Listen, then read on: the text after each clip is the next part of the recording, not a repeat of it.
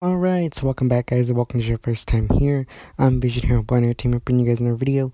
Today I'm giving you guys my review for the first half of Power Rangers Dino Fury. This will be including episodes 1 to episode 8. Now if Power Rangers something you're interested in, don't forget to hit the subscribe button down below and hit that bell icon that you're missing more Power Rangers content from me moving forward. Now let's begin. Like I said, we are on official hiatus from Power Rangers Dino Fury. As we all know, for the past 10 years, while the show's been on Nickelodeon, after the first 8 episodes, the show goes on hiatus from, the end of March, April, and then returns beginning of September, end of August. So now we got a long hiatus. Now, right now I'm just going to review the first 8 episodes, give my review for the first half. Now, right off the bat, we got the premiere episode, Destination Dino Hedge. Now, I think this is a great, strong episode. We got introduced to Ali and Amelia, the Blue and Pink Ranger. Great introduction to both of them. And we got introduced to what I'm assuming is the main villain of this season, Void Knight. Great character. Right now, I'm going to go into some more information regarding him later on in my review. But we got him, great voice actor, really sounding great and menacing. The voice actor also did the voice for Liger in Power Rangers Jungle Fury. So it was a really great moment. We got introduced to Zeto, our Red Ranger, more towards the end of the episode. And we find out that the monsters of the week, the Sporax, are monsters that ravaged his planet of Rafcon, and he was a knight there, and that he and his fellow original Ranger team got their powers from the Morphing Masters, which is awesome. I love how they're bringing in the Morphing Masters this season. It was originally pretty much a throwaway line in season 1, and now it's coming back and kind of playing a larger role within the TV show. I know they've been brought into the comics as well. So I'm really liking how they're adding those things into the season. But then we also got introduced to Solon, the mentor. Now, Solon so far hasn't got much to do. I know she has a past with Zeto, and I'm really hoping we get more into that. Because I really like the character, and I think there's a lot of good potential in regards to her and Zeto's backstory. I just hope they dive into that, and we just get to see more information and more like a bond between those two characters. But that's pretty much how the premiere played out. It was a really strong premiere. But then you got the next episode, which is the Ali-centric episode. And this is one where I was very nervous about when I first got the description, because it seemed like it was going to be your, you need to work with the team, everything regarding that. But however, it was very good. They hid the message very well. It wasn't shoved down your throat or banged over the head. It was a very good, subtle introduction. We got introduced to one of Void Knight's new minions, Mucus. Now, this was a character right off the bat when she was introduced in episode 2. I was very nervous about how she was going to turn out. I was worried that they're going to make her into Algar 2.0 or become another Norg. However, I feel like they've done her character very well. They've given her more of like this childlike innocence, so when she does do things goofy or silly, it doesn't annoy you like it would with Norg or with Algar, because she's got this more childlike innocence. It's more playful and more goofy. So while it is comedy, it's not like bad comedy. So that's what I praise there. And, you got an introduction to the T-Rex sword in that episode, which was also great. And it was a main Ali-focused episode. Not much there. I mean, we delved into a bit of his background, but nothing really in regards to that. Then episode 3 was a Zeto episode. And this one was a okay episode. I do think it was kind of meh. It kind of borders on okay to meh. And I really did enjoy. You got him reflecting on his past time on Rafcon. And I really like how they are introducing the whole fish out of water stuff with him so far in the season. I feel like they've been doing really great stuff with him being a fish out of water character. So I really like that. And you just got him, becoming more of that leadership role. Now, one thing I really didn't really like about this episode is in regards to kind of the monster of the week and all that kind of stuff. It felt weird. I don't know, just for being in the beginning of the season. I don't know, the whole thing about the monster. I don't know. I feel like it did fit to some extent, but it also felt a little bit weird. We also get introduced to the T-Rex and Megazord in this episode. Really excited for that. That was a very nice touch there. and I really like how they formed the Megazord and everything there. Then we go on to episode 4. Now, episode 4 is probably my favorite episode of the season so far. This is the introduction to Boomtower, one of Void Knight's generals, along with the introduction to Izzy and Javi, the green and black Dino Fury Rangers. Now, this was a very solid episode.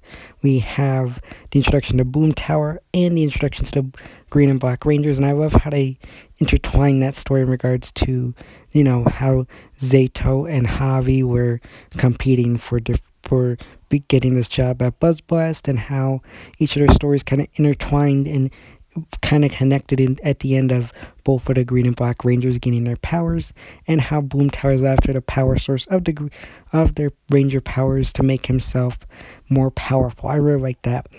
And again, this is one where I think the comedy was very balanced well between, the heroes, the villains, and the slapstick comedy. I'm going to talk about the slapstick later on, but I feel like the comedy was very well done in this episode, very well done choreographed fight sequence.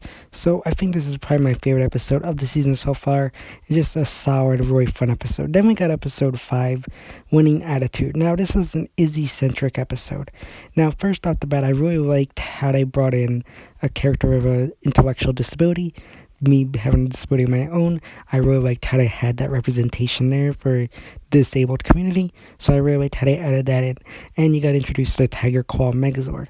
Now, I feel like this was one of those episodes where the lesson of the day was banged over your head. But at the same time, I did enjoy the episode for what it was. I really like Izzy as well, along with a lot of other people in the fan base. She's a really great character.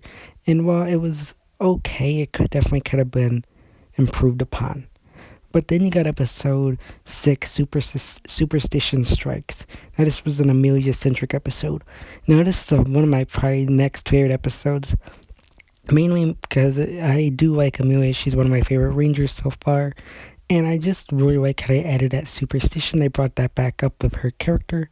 And they just gave her an all-around good story about, bad luck and stuff like that. I feel like the story fit. It wasn't, contrived or anything.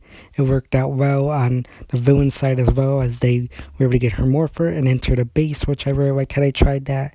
And Amelia just happened to be there to stop them because of how she was worried about hurting her team. So again, I really liked the story, very well done.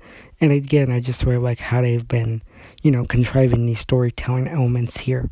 Then you got episode 7, which is a Javi-centric episode. Now, this one was probably the weakest of this 8 so far. Again, it was introduction to the Stegozord, and, we got a little bit of his backstory regarding his music and how his father doesn't approve of it all. Now, I feel like they kind of rushed this. The story wasn't totally connected to each other, but I do have a theory on what could be going on with Javi, and I'm going to do a whole video of Javi and what could be going on with him throughout the hiatus, so check out that video. It'll be coming in the near future. But yeah, it was kind of a meh episode. Like I said, probably the weakest of the 7 or the 8. So it was good, but also it kind of could have been better. Then you got the mid-season finale, episode 8. Now this is a very solid episode, very solid mid-season finale. And you got the return of Mick from Ninja Steel, and you got the return. And you got this great plan set up from Void Knight using Wolfgang to disable the Megazord, and you got the Rangers trying to fight back and everything regarding that. Now, we do, at the end of the episode, one of the shocking things for me was the destruction of Boomtower. Boomtower is a character that I was shocked was going to be destroyed this early, especially since the previous episode you had him take a Sporax beast to make himself more powerful, which I really loved. I loved how he actually took matters into his own hands. He was sick and tired of waiting around for Void Knight, which is one positive and really thing I really loved about the character. But he ends up getting destroyed in episode 8, and episode 8 just I liked the episode overall, and I'm fine with Boomtower being destroyed, but it was like right out of left field. I'm like, wait, what is happening? But again, I'm not taking off any points there, but it was very shocking. But we also got the return of the Prism. Now we got information regarding the more in-depth look at some of the PR lore, as Zeto uses his mind-reading powers that were introduced in Premiere, and have them return to read the the Nexus Prism's, mind, because it's some kind of sentient thing. And he ends up learning that, the dino gems, the inner gems, and the Nexus Prism were created by the Morphing Masters and were sent out into the universe to help protect the universe from danger and everything like that. And I really liked it. It was revealed that the Morphing Masters are, watching over the Rangers at all time. I guess monitoring everything that's been going on over around Earth. So I really liked that. And then I think we're getting some good setups in the episode as well, as we saw it go underwater. And I think that's a teaser connecting up to the upcoming introduction to the Gold Ranger, because his Megazord is aquatic. He's a Mosasaurus. So I really think that they're kind of connecting that and teasing that. Again, I'm going to probably do another whole video on that as well. And then we got also introduced to Mix Ranger Database, which I do think is going to come back into play. Again, I'm going to do a whole video regarding that as well. So definitely stick around for those two videos. Now, one of the biggest reveals in the mid-season finale though was regarding Void Knight. And at the end of the episode, it's revealed that he's using this Sporax beast to try and power up this thing that's kind of keeping his lover or significant other, alive. I guess she's in this kind of stasis cryo sleep pod, and she's wounded, and he's using the Sporax to try to burn her back to life, which I really liked how he included this. If you saw my review for the mid-season finale, I mentioned that it was really good. It was a very good move because it humanizes Void Knight and makes him more sympathetic and more of a great villain. Because like I said in that review, most of the time when it comes to these PR villains, they're always after some kind of power. They want to take over the universe. They want to have humans bow before them. They want to destroy the earth. There's nothing really human that humanizes them. So here I really like that. I really liked how they incorporated that. And it just makes you, like I said, sympathetic to the villain. He is doing these bad things, but in his eyes, it's to do for a good reason. So I really do enjoy that. It's something amazing that I really liked, in that they added into the season, when I'm excited to see where this could go. And hopefully it goes in a good direction. I mean, it's only been the first 8 episodes, but I do have faith and hope that they could definitely kind of incorporate this very well into the story and make it a good story plot, at least for the second half of the season, depending on if Void Knight stays on for the second season as well. But I really did enjoy this season, or this story arc that this could set up, and I'm very interested to see where it goes in the second half of this season. But those are pretty much everything that happened so far this season. Now I think Zeto is a pretty solid Red Ranger. I really liked him. They're using a good fish out of water scheme of him, and he reminds me a lot of Andros. So I really liked how they're doing that there, especially since he's in the beginning. I feel like he's a good, Red Ranger so far. Like I said, Andros kind of Ranger. Ollie, I think, is a weaker character. I don't think he had a solid focus episode, so I hope we get that in the second half. He's just kind of blah or mad to me. He's a bland character so far. Amelia is a great character. I really love her. One of my favorites. Then you got Javi. I think Javi is a okay character, but I think we need more time with him.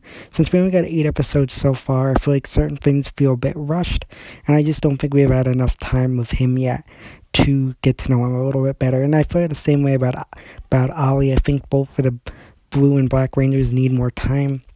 And you got Izzy, and I really enjoy Izzy. I think she's one of those really great characters. She was a bit of a spitfire, and I from what I see in the fan bases, I think she and Amelia are 2 of the fan base's most favorite Rangers, because I see a lot of things about her, and then I also see a lot of things about Amelia as well online. So I really think they're the 2 fan favorites so far. Then I'm gonna jump into the comedy section of this season, because I know there are people who have been kind of annoyed and frustrated, because we got Jane and Jay Borg in this season. Jane is the head of Buzzblast, where Amelia and Javi work, and people were upset because originally Simon Bennett did a whole interview regarding the comedy of this season, and people took it as there wasn't going to be a comedy duo because he said that the comedy was going to be spread around. However, that wasn't the case. If you read the whole thing, he did say there was going to be a comedy duo, but like I said, the whole comedy bit was going to be spread around. So like I said, we do get to see that throughout the season, And I really liked it. That's one of the reasons why I like New Recruits, because I think it was a good mixture of how they put comedy in every direction. You had the Rangers being funny, you had the villains being funny in that episode, and then you got the slapstick with Jane and Jayborg. So I really like that. Now, one thing, in my opinion, that I'm giving a real pass on is the comedy, because I know a lot of people have been complaining about that. Now, like I said, I feel like the comedy is very exchanged very well this season compared to just having it be slapstick. So I really applaud that. And here's why I'm giving it a pass. Because everybody's, taste in comedy is different. Some people like the slapstick, some people like myself like the witty dialogue. So I'm gonna give the comedy a pass just because I feel like everybody's kind of, taste in comedy is different. And I feel like how they're doing the comedy this season is kind of, kind of covering all their bases, giving people what they like, or give it, it's okay this season. I think I'll give it a pass, and hopefully it remains as good as it has been so far. But again, I feel like Dino Fury has been a really solid season. Great setups, great characters, great episodes for the most part. Now, I think my biggest con with the season so far would have to be their morphing call, because it's just way too long.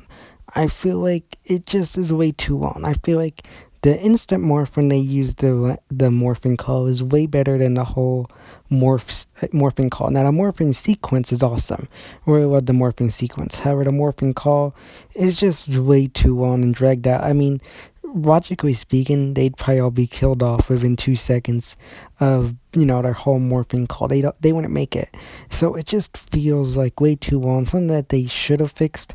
I don't know why they haven't, but it's just really too long, and I really hope maybe that they could fix it down the line. But I don't know. But I do, again, think this is a very solid season. If I had to give it a grade, I'd give it an 8.5 out of 10. Like I said, great episodes, great everything pretty much all the way around. Just a few cons that dragged it just a tad down for me. But overall, like I said, solid season. Now, here's some very important news I want to tell you right now, though, is I will not be covering any information that we get during the UK release. I'm kind of hoping to avoid all spoilers, and I will not be covering any of those episodes. I will not be reviewing any. I will not be touching on any of them. So if you're looking for anything regarding that once they come out, do not come here. I will not be touching on any of those episodes. Please don't leave any spoilers for me when they come out. I'm really, really hoping to avoid them, and I just want to, wait and watch them here in the US rather than be spoiled. And I like to go into the episodes blind and not know what's happening. So I'm trying to avoid spoilers, and I won't be covering, anything coming out of the UK or anywhere else that they might air. So definitely don't expect that from me. But definitely, I feel like this is a solid season so far, and I'm really excited to see the season return later this year, and hopefully it can build more on what it's set up, and we get a little bit more with the Rangers. Because I do feel like having it be 8 episodes, they weren't able to expand on certain things. So I'm really hoping we get the second half expanding more on the Rangers, which I think they of course will do. And I'm really excited just to see what else the season has to offer us once it returns later this year. But I want to know your thoughts and opinions about Dino Fury in the comment section down below. So yeah, guys, that's my review of the first half of Power Rangers Dino Fury episodes 1 through 8. As always, if you like this video, don't forget to give it a big thumbs up and share. Don't forget to hit the subscribe button down below. Hit that bell icon. Then I missed more Power Rangers content from me moving forward. And you can follow me on Instagram and Twitter, which is linked in the section of my YouTube channel. As always, I've been Vision Hero Boy Entertainment, and I'll see you next time.